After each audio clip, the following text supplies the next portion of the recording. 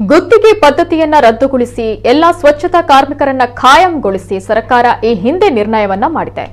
ಆದರೆ ನಗರಾಭಿವೃದ್ಧಿ ಇಲಾಖೆ ಮತ್ತು ಪೌರಾಡಳಿತ ನಿರ್ದೇಶನಾಲಯ ದಲಿತ ಪೌರ ಕಾರ್ಮಿಕರ ವಿರೋಧಿ ಅಧಿಕಾರಿಗಳು ಸಚಿವ ಸಂಪುಟದ ನಿರ್ಣಯವನ್ನ ಅನುಷ್ಠಾನ ಮಾಡದೆ ಪೌರ ಕಾರ್ಮಿಕರನ್ನ ನಿರ್ಲಕ್ಷ್ಯ ಮಾಡ್ತಾ ಇರುವ ಹಿನ್ನೆಲೆ ಪೌರ ಕಾರ್ಮಿಕರು ಎಂದು ಪ್ರತಿಭಟಿಸಿದ್ರು.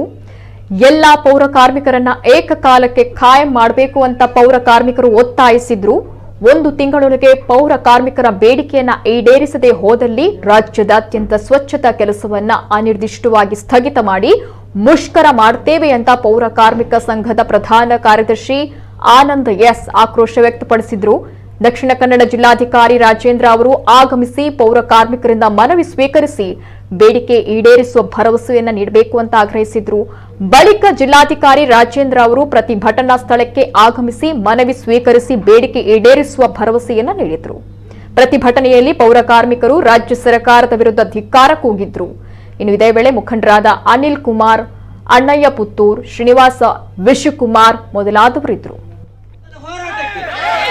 ಪೌರ ಕಾರ್ಮಿಕರ ಸಂಘದ ಹೋರಾಟಕ್ಕೆ, ಹೊರಗುತ್ತಿಗೆ ನೌಕರ ಸಂಘದ ಹೋರಾಟಕ್ಕೆ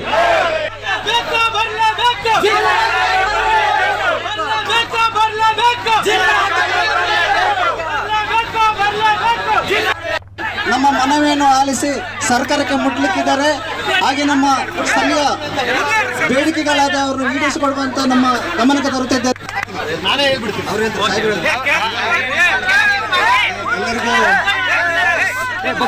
ಬಹಳ ಮಳೆಯಲ್ಲಿ ನೆಂತರು ನೋಡಿದ್ರೆ ನನಗೆ ಬೇಜಾರಾಗ್ತಾ ಇದೆ.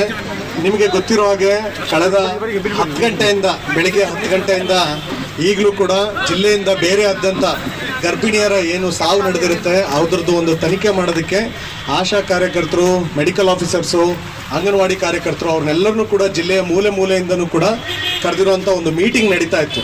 ಆ ಮೀಟಿಂಗ್ ಒಳಗಡೆ ಯಾರ್ಯಾರು ತಮ್ಮ ಹತ್ತಿರದಲ್ಲಿರುವಂಥ ಕಳ್ಕೊಂಡಿರೋರನ್ನ ಬಂದಿರೋವಂಥವ್ರನ್ನ ನಾನು ನಡುವೆ ಬಿಟ್ಟು ಬರಬಾರ್ದು ಅನ್ನೋಂಥ ಉದ್ದೇಶಕ್ಕೋಸ್ಕರ ಆ ಮೀಟಿಂಗ್ ಒಳಗಡೆ ಬ್ಯುಸಿ ಇದ್ದೆ. ಆಮೇಲೆ ನನಗೆ ಗೊತ್ತಾಗಿದ್ದು ಭಾಳಷ್ಟು ಜನ ನೀವು ಮಳೆ ಒಳಗಡೆ ನೆನ್ಕೊಂಡು ಕೂತಿದ್ದೀರ ಅಂತ. ಹಾಗಾಗಿ ಆ ಮೀಟಿಂಗನ್ನು ಅರ್ಧಕ್ಕೆ ಬಿಟ್ಟು ನಾನು ಇಲ್ಲಿಗೆ ಬಂದಿದ್ದೀನಿ. ಓಕೆ, ಈ ವಿಷಯ ನನಗೆ ಭಾಳಷ್ಟು ಜನ ಮಹಿಳೆಯರು ಇವರೆಲ್ಲರೂ ಕೂಡ ಮನವಿಯನ್ನು ನೇರವಾಗಿ ಜಿಲ್ಲಾಧಿಕಾರಿಗಳಿಗೆ ಕೊಡಬೇಕು ಅಂತ ನಾನು ನಮ್ಮ AC ಅವ್ರನ್ನೂ ಕಳಿಸ್ಕೊಟ್ಟಿದ್ದೆ. ನಮ್ಮ ADC ಅವರು ಕೂಡ ರಜೆಯಲ್ಲಿದ್ದರಿಂದ ಓಕೆ, ಹಾಗಾಗಿ ನಿಮಗೆ ಭಾಳ ಇನ್ಕನ್ವೀನಿಯನ್ಸ್ ಆಗಿದೆ. ಆದರೆ ನಾವು ಕೂಡ ಬೇರೆ ಎಲ್ಲೂ ಸಮಯ ವ್ಯರ್ಥ ಮಾಡ್ತಾ ಇದ್ದಿದ್ದಲ್ಲ, ಆ ವಿಷಯನ ನಿಮಗೆ ಗೊತ್ತಿರಲಿ. ಇದಾದ ನಂತರ ಆನಂದ್ ಅವರಾಗಿರ್ಬೋದು, ಸಫಾಯಿ ಕರ್ಮಚಾರಿಗಳದ್ದು, ಪೌರ ಕಾರ್ಮಿಕರದ್ದು ನಾವು ನಿಯಮಿತವಾಗಿ ಮೀಟಿಂಗನ್ನು ಮಾಡಿಕೊಂಡು ಯಾವ್ಯಾವ ರೀತಿಯಾದಂಥ ಸ್ಪಂದನೆಯನ್ನು ಕೊಡಬೇಕು ಜಿಲ್ಲಾಡಳಿತದಿಂದ ಆಲ್ರೆಡಿ ಕೊಡ್ತಾ ಇದ್ದೀವಿ. ನಿಮ್ಮ ಮನವಿ ಏನಿದೆ ರಾಜ್ಯ ಸರ್ಕಾರಕ್ಕೆ ನಾನು ಮುಟ್ಟಿಸುವಂಥ ಕೆಲಸವನ್ನು ಆಸ್ ಎ ಜಿಲ್ಲಾಧಿಕಾರಿಯಾಗಿ ಜಿಲ್ಲಾಡಳಿತದಿಂದ ನಾವು ಅದನ್ನು ಮಾಡ್ತೀವಿ. ಹಾಗಾಗಿ ನಿಮ್ಮ ಕೂಗು ಏನಿದೆ ಅದನ್ನು ಸರ್ಕಾರಕ್ಕೆ ಕಳಿಸ್ಕೊಡುವಂಥ ಜವಾಬ್ದಾರಿ ಆಸ್ ಎ ಜಿಲ್ಲಾಧಿಕಾರಿಯಾಗಿ ನಾನು ಅದನ್ನು ಮಾಡ್ತೇನೆ. ಮತ್ತು ಇದರೊಳಗಡೆ ಇರುವಂಥ ಪಾಯಿಂಟ್ಸ್ಗಳಲ್ಲಿ ಓದಿ ಯಾವುದ್ಯಾವುದನ್ನು ಜಿಲ್ಲಾಡಳಿತದಿಂದ ನಾವು ಮಾಡೋಕ್ಕಾಗುತ್ತೆ ನಾವು ಇಮಿಡಿಯೇಟ್ಲಿ ನಾವು ಮಾಡಿಕೊಡುವಂಥ ವ್ಯವಸ್ಥೆಯನ್ನು ನಾವು ಮಾಡ್ತೀವಿ.